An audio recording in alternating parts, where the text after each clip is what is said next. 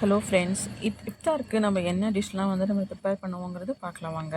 நான் வந்து நொங்கு பால் வந்து நாங்கள் டெய்லியுமே நாங்கள் வந்து இஃப்தார் டைமில் வந்து நாங்கள் பால் ஊற்றி கொஞ்சமாக சுகர் போட்டுட்டு இது நல்லா கொஞ்சம் ஃப்ரிட்ஜில் வச்சுட்டு நல்லா சில் பண்ணி குடித்தோம்னா ரொம்பவே சூப்பராக இருக்கும். அவ்வளோ ஒரு டேஸ்ட்டாக இருக்குங்க.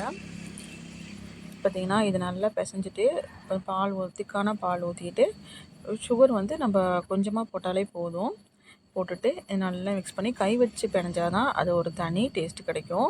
நீங்கள் மிக்சியில் போட்டு அடிச்சிங்கன்னா அந்த மாதிரி ஒரு வலுவலுப்பு மாதிரி ஆயிரும்.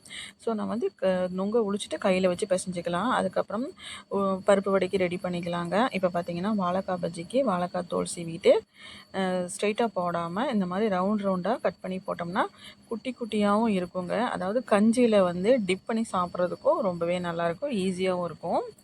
பார்த்திங்கன்னா இந்த மாதிரி ரவுண்டாக கட் பண்ணிக்கிட்டு எல்லாத்தையும் இந்த மாதிரி ரவுண்டாக கட் பண்ணி வச்சுக்கலாம். பார்த்திங்கன்னா இப்போ இது வச்சாச்சு. வாழைக்காய் பஜ்ஜிக்கு நம்ம மாவு ப்ரிப்பேர் பண்ணிக்கலாம். கடலை மாவு, அரிசி மாவு, கொஞ்சமாக வந்து இட்லி மாவு ஊற்றுனீங்கன்னா நல்லா கிறிஸ்பியாக இருக்கும் பஜ்ஜி. நல்லா இது கூட நல்லா கொஞ்சம் பிசைஞ்சிட்டு நல்லா கொஞ்சம் கெட்டியாக பிசைஞ்சிங்கன்னா எண்ணெய் அவ்வளோக்காக குடிக்காது. பார்த்திங்கன்னா அவ்வளோதாங்க. இது வந்து நல்லா சுட ஃபஸ்ட்டு பருப்பு வடை சுட்டி எடுத்தாச்சு. அதுக்கப்புறம் வாழைக்காய் பஜ்ஜியும் ரெடி ஆயிடுச்சு. குடிக்கிறதுக்கு தண்ணி சங்குப்பூ தண்ணி தான் எப்போவுமே நாங்கள் குடிப்போம். அவ்வளோதான் நம்மளோட இஃப்தார் ஸ்பெஷல். தேங்க்ஸ் ஃபார் வாட்சிங்.